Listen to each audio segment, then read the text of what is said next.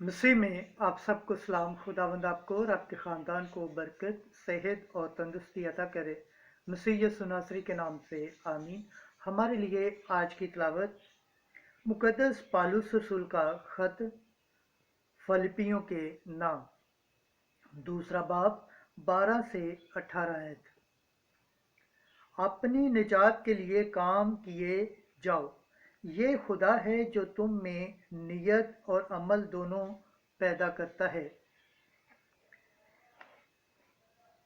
ऐ मेरे प्यारो, जिस तरह तुम हमेशा फरमाबरदारी करते आए हो, उसी तरह ना तुम सिर्फ मेरी हाजिरी में बल्कि अब भी मेरी गैर हाजिरी में बहुत ज़्यादा डरते और थरथराते हुए अपनी निजात के काम किए जाओ, क्योंकि खुदा ही है जो तुम में अपनी मर्जी की तकमील के लिए नियत और अमल दोनों पैदा करता है।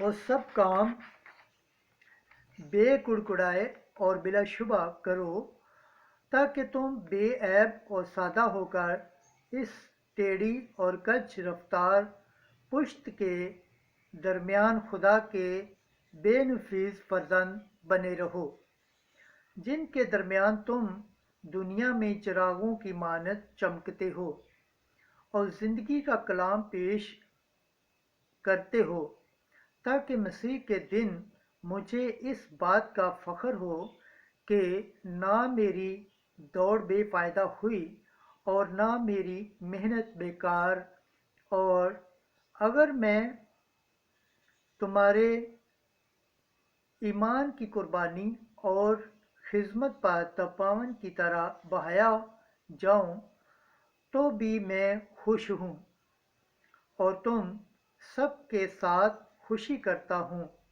तुम भी वैसा ही खुश हो और मेरे साथ खुशी करो। खुदावंद के पाक कलाम पढ़े और सुने जाने पर खुदावंद की बरकत हो। खुदावंद का शुक्र हो। आमीन।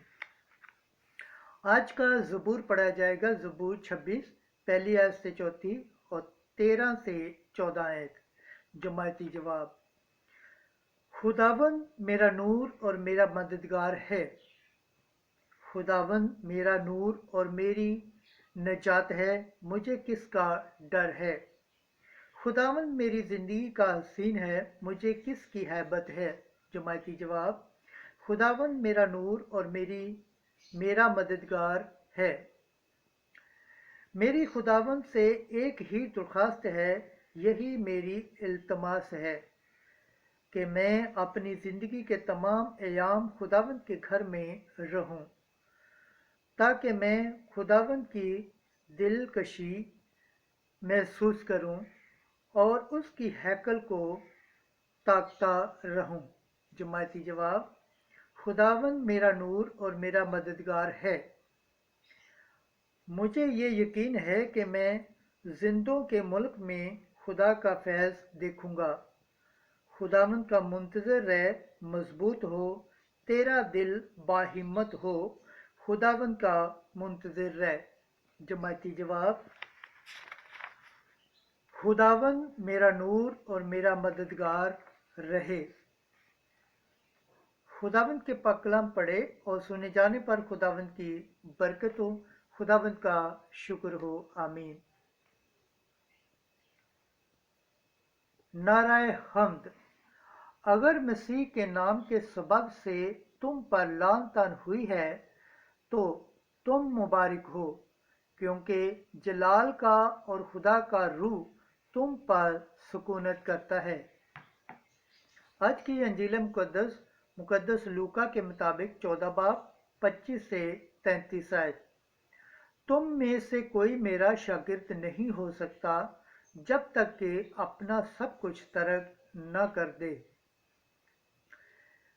एक दिन बड़ा हजूम यस्सु के हमरा जा रहा था, तो यस्सु ने फिरकर उनसे कहा कि अगर कोई मेरे पास आए और अपने बाप और अपनी माँ और अपनी बीवी और बच्चों और भाइयों और बहनों, बल्कि अपनी जान से भी किना نہ رکھے تو وہ میرا شاگرد نہیں ہو سکتا،